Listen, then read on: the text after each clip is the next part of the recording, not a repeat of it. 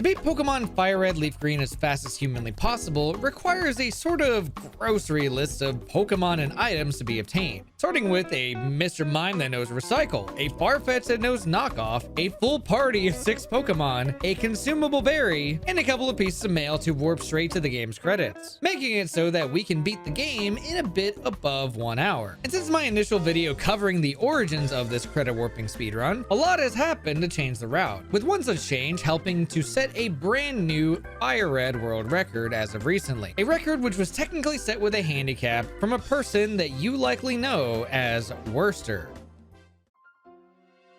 For those who don't know him, Worster is one of the original faces of Pokemon speedrunning, having done it for more than 15 years. And to this very day, he is still setting crazy world records like he did with the Pokemon FireRed Leaf Green any percent category. A category which only requires you to obtain 2 badges before you can beat the game. Because with the combination of those 2 moves, that berry and a piece of mail, if you use those moves in just the right way in a double battle for the game to recognize that you knocked off and recycled that piece of mail, it will corrupt the mail entirely. And with that corrupted piece of mail, you can start to mess with the game's limited mail memory and have it turn a Pokemon into a jumbled piece of code that can then tell the game to enter you into the Hall of Fame the moment you deposit it into your PC, making for a very short, fun little category that requires a good chunk of luck to complete, thanks to Mr. Mime and Farfetch'd being the fastest Pokemon you can obtain that learn the moves Knockoff and Recycle. So keep that crazy luck in mind when we go through the world record set from Worster, all with a self-limitation on the day of January 7th, 2026. But before we talk about that history, it's time to talk about cards from today's sponsor, Arena Club. If you've never heard of Arena Club, they have a super unique way of doing digital and physical cards at the same time, specializing in sports, the magical TCG, and Pokemon cards. But I personally hate the interaction you have to deal with when buying Pokemon cards and the fact that it's not always guaranteed, which is a big part of what I think makes Arena Club unique. So the way it works is they put together their own packs, show you what you can get from their sites. Anything you get digitally, you can receive physically exactly the way that they show, pre-graded and everything. And the moment you open up a pack, you can actually see exactly what went into creating this card and sell it straight back to them at fair market value, which is exactly what I'm going to do right now. So we're over here in the Pokemon section. As you guys can see, we got a bunch of packs in front of us. I am specifically going to be going for the Ruby one in hopes that maybe I could get this delicious looking Latios Latios. As a Pokemon speedrunner, I like to think I'm pretty lucky sometimes, like with this pack. Come on!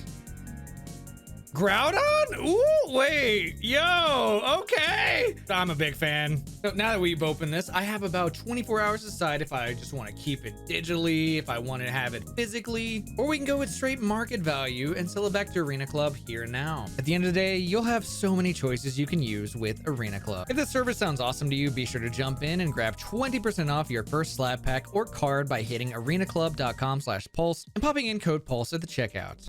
For most FireRed Leaf Green speedrunners, their run begins by starting a timer in the background the moment that they name themselves, checking their trainer ID, then inputting it into a program that shows the exact in-game frames and IVs of starter Pokemon available on those frames. And by having this particular information, we can abuse the RNG in our favor to get really good starter Pokemon to use in our speedruns. And while this particular method of obtaining good stats has been widely accepted as a standard practice for speedruns, Worster believes this crosses a line and instead chose to just pick up Squirtle, check its stats, and roll with it the old-fashioned way if they just so happen to be good enough. Just as an example, by using the particular program we use to check our starters, we know that he could have gotten something like this very close by. But instead, his stats looked like this. And knowing this run as well as I do, seeing the strategies that Worster came up with while under this handicap became one of the biggest shocks I've seen in a very long time, as the problems behind not using these RNG manipulation strategies started to become clear around the Brock section onward. So as I said earlier, when I started to watch this run, I thought it was weird to see how slow this part of the run particularly was. Because normally, speedrunners walk out of the forest with low HP to power their water moves enough to save about 4 to 5 turns inside of Brock's gym. But Worster said,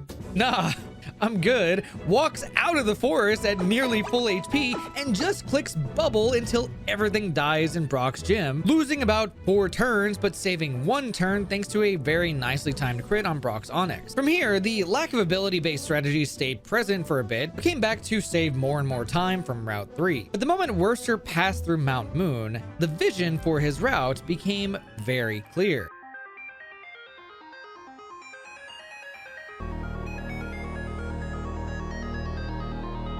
Worcester avoiding every trainer and walking straight into this rocket grunt at the end of Mount Moon might seem ideal for a speedrun, but it's actually far from it, because for the last 10 years or so, the normal speedrun strategy has hinged on fighting an extra trainer, which probably sounds like it loses a lot of time, but the time saved from investing into that extra fight actually outweighs the time lost thanks to the perfectly crafted amount of extra levels you get out of it that benefit a ridiculous amount of fights, at least in a speedrun where you complete the entire game without glitches. But with glitches, Squirtle only needs to make it to Vermilion City before we stop using it. So logically, using Squirtle for a much shorter amount of time seemed to have led Worcester to this time-saving conclusion. However, the cost of less levels was very apparent the moment Worcester made it to Cerulean City, because while avoiding the extra fight would technically net him 2 minutes of time save in a vacuum, without the extra levels, it would even out to likely around 1 minute to 30 seconds due to the added difficulty of the fights without those extra levels. For example, Worcester no longer had access to the special move Bite to dismantle Misty, and would instead need to rely on the physical attack of Squirtle using the move Mega Kick, a move which has a lot of physical power, but at the cost of some incredibly awful accuracy. And with its required use of Mega Kick on Misty combined with lower levels, a slew of problems would immediately be added to Squirtle's plate, because with the measly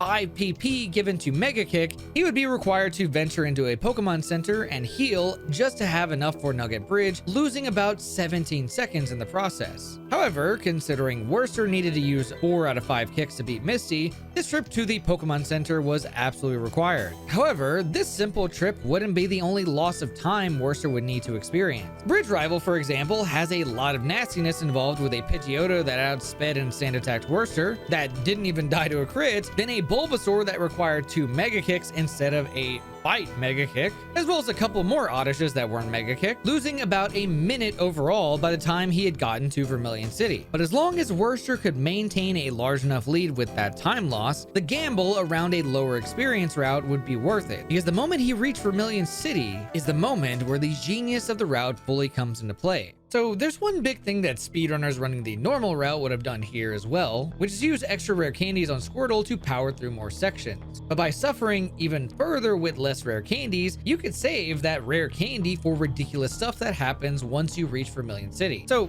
you remember that grocery list of mons and items I mentioned earlier? Well, Worcester's list hadn't quite been completed at this point. Right now, Worcester only had access to a berry, but still needed Mr. Mime and Farfetch, both of which would require some leveling due to the conditions you receive them in. You see, Mr. Mime learning Recycle being a requirement is a particularly big hurdle in this route due to Abra only being obtainable at low levels, because the level you obtain Abra at is the exact level of Mr. Mime you get in return. So to get enough levels in time for the end of the run, speedrunners have to swap to Mr. Mime for every battle the moment that they reach Vermilion City. And given that Worcester now had this extra rare candy from the low EXP route, he could skip battles in the Mr. Mime section as well, shaving down and skipping even more fights than he'd already done. But Worcester didn't just shave down the entire battles. He revolutionized those battles with efficiency by swapping to slightly different trainers along the way. Though I will say that the trainer swaps he had in mind weren't super different, but it was still a big deal to be able to skip one entire fight to get the exact same levels needed for Mr. Mime compared to the high EXP route. And with that EXP route fully set in stone, all Worcester needed now was enough luck to get him across the finish line.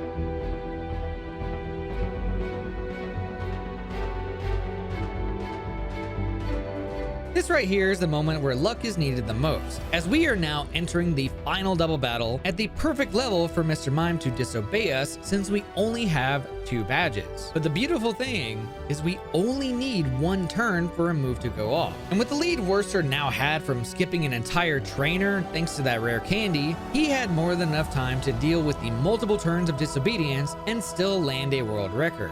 But Worcester didn't need multiple turns. All he needed was 1.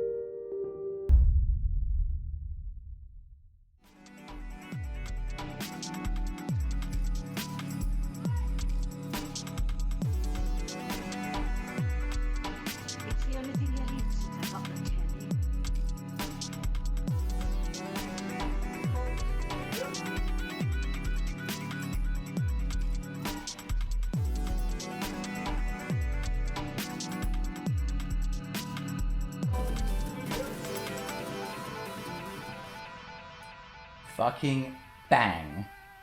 116. Holy shit. That's a very good time. So not only does that beat the Manipulus record, it also beats the Manipt record. It was only like 5 seconds better.